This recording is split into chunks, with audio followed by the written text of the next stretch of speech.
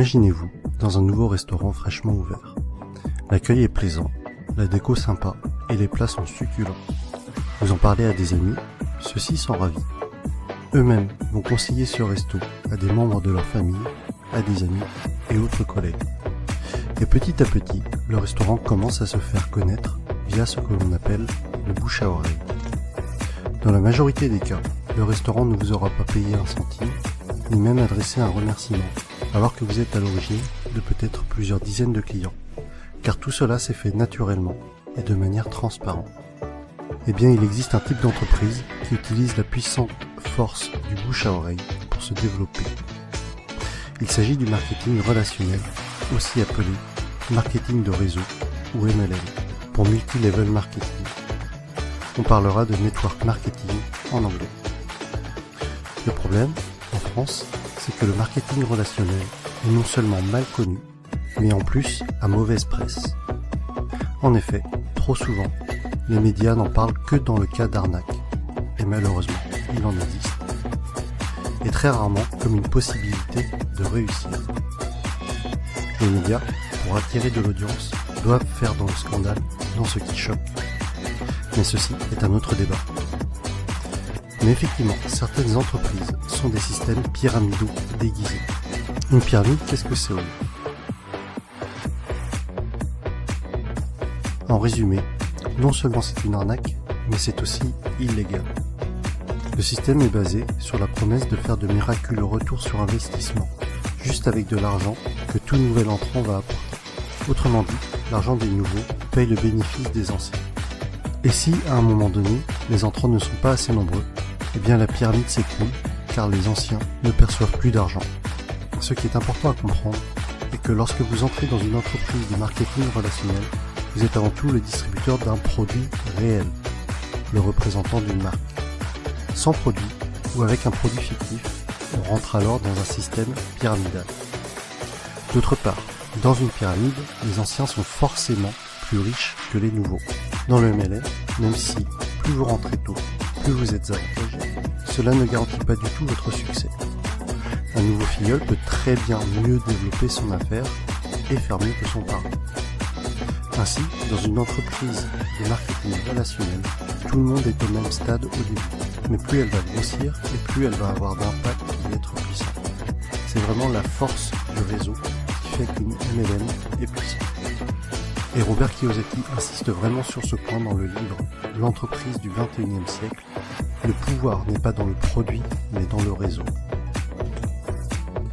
Pour en revenir à ce que l'on évoquait au début de la vidéo, le bouche à oreille est le principal véhicule de communication d'une société de marketing relationnel, si bien qu'il n'y a pas ou peu de publicité. Et ce budget pub, qui est souvent faramineux pour les grandes entreprises, est reversé aux distributeurs et ou consacré à l'amélioration du produit qui en général est excellent. Lorsque vous vous lancez dans le MLM, vous êtes parrainé par une personne et ensuite c'est comme si vous étiez votre propre patron et que vous aviez créé votre entreprise. Votre but et votre source de revenus vont être de deux types. Soit en parlant du produit autour de vous et en le revendant, soit en parrainant d'autres personnes qui elles-mêmes vont devenir distributeurs. Ainsi, le plus efficace pour que votre entreprise soit réussie, tout ce que vous faites doit être duplicable. Votre filleul doit avoir les outils pour développer lui aussi son réseau. Dans tous les cas, ce qui est important à retenir est que le succès est partagé. Si votre filleul échoue, vous échouez d'une certaine façon. Votre succès est complètement tributaire du succès des personnes que vous aidez, de vos filleuls et des filleuls de vos filleuls. L'accent doit être mis sur le déploiement de votre réseau et pas sur les ventes directes.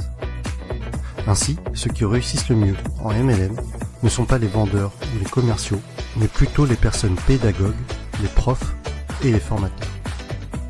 Et personnellement, autant je trouve la réussite personnelle gratifiante, autant aider les autres à réussir l'est encore plus. Autre sujet que je trouve intéressant, c'est que votre entreprise grandit avec vous.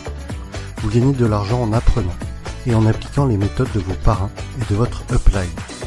C'est le terme indiquant les personnes antérieures à vous dans la vie du MLM.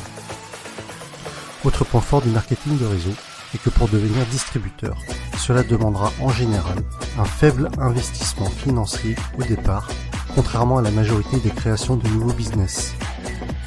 Aujourd'hui, si vous comptez ouvrir une franchise du type McDo, Subway ou Starbucks, il vous faudra probablement plusieurs centaines de milliers d'euros, alors qu'en MLM, cela vous demandera la plupart du temps quelques centaines d'euros. Ensuite, tout est préparé pour vous. Vous allez avoir votre propre boutique en ligne, tout un tas de plans de formation pour vous, mais aussi pour vos filleuls, ainsi que différents kits de présentation. Un autre point essentiel, et qui pour moi m'attire beaucoup, les entreprises de marketing relationnel offrent des paliers au niveau de leur plan de compensation. Pour être plus précis, à partir d'un certain nombre de filleuls, et sans compter les éventuelles primes bonus, vous allez toucher un revenu résiduel, encore appelé revenu hors exploitation, c'est-à-dire un revenu passif. Les bonnes MLM sont donc de formidables véhicules vers l'indépendance financière de fait de ce revenu passif engendré par le parrainage d'autres personnes. Je rajoute que les MLM sont un type d'entreprise qui a une croissance des plus fulgurantes à l'échelle mondiale ces dernières années. Aux USA, ça a vraiment explosé depuis les années 90. Et avec Internet, c'est encore plus facile d'augmenter son réseau qu'auparavant. De plus, c'est une activité que l'on peut tout à fait démarrer sur notre temps libre pour un revenu complémentaire au début. Il faudra alors se déclarer en auto-entrepreneur avec le statut de VDI, c'est-à-dire vendeur à domicile indépendant. J'insiste tout de même sur le fait de bien vérifier un certain nombre de points avant de vous engager dans une entreprise de marketing relationnel, afin de ne pas tomber sur une pyramide Ponzi déguisée. Voici le type de questions qu'il faut vous poser avant de vous engager dans une entreprise de ce type. Est-ce qu'il y a des bureaux réels? À quels endroits géographiques? Se trouve-t-il dans des paradis fiscaux? Quel est l'historique de l'entreprise? Quelle est la réputation de cette entreprise? Quels sont les avis d'autres personnes sur celle-ci? En conclusion, et si vous avez suivi mon défi personnel, je pense que vous commencez à comprendre pourquoi est-ce que ce type d'entreprise m'intéresse fortement. Travailler pour ses propres rêves et non pas ceux de quelqu'un d'autre. La possibilité d'avoir des revenus passifs avec cet objectif d'indépendance financière. Partager le succès. Vous savez, à la base, ma chaîne YouTube est quand même le partage des bonnes pratiques, d'idées inspirantes. Alors si en réussissant dans un domaine, j'arrive à aider d'autres personnes à réussir également, alors j'en serais sincèrement ravi. Autre point que l'on avait évoqué, c'était de gagner de l'argent tout en apprenant. Le message que j'y vois derrière cela est celui que Jim Rohn a souvent répété, que plus vous vous développerez personnellement, plus cela attirera le succès. Et enfin, les horaires libres. Cela signifie que je pourrais aller chercher ma fille à l'école. Et voilà pour cette vidéo sur le marketing relationnel. J'espère que le public francophone comprendra mieux ce qu'est le MLM avec cette vidéo. Pour ma part, il y a quelques mois encore, je dois vous avouer que je faisais partie des personnes qui rejetaient le sujet, ne comprenant pas en quoi cela consistait, et sûrement aussi parce que je ne voulais pas comprendre, et que je gardais en tête ce que les médias véhiculaient. Mais que ce soit Jim Rohn, Tony Robbins, Les Brown, c'est-à-dire tous les motivational speakers que je suis régulièrement, mettent en avant ce type d'entreprise. Et après mes lectures de l'entreprise du 21e siècle, de Robert Kiyosaki, et de 45 secondes qui changeront votre vie, de Don Fire, j'ai finalement changé d'avis sur le sujet et je suis décidé à me lancer.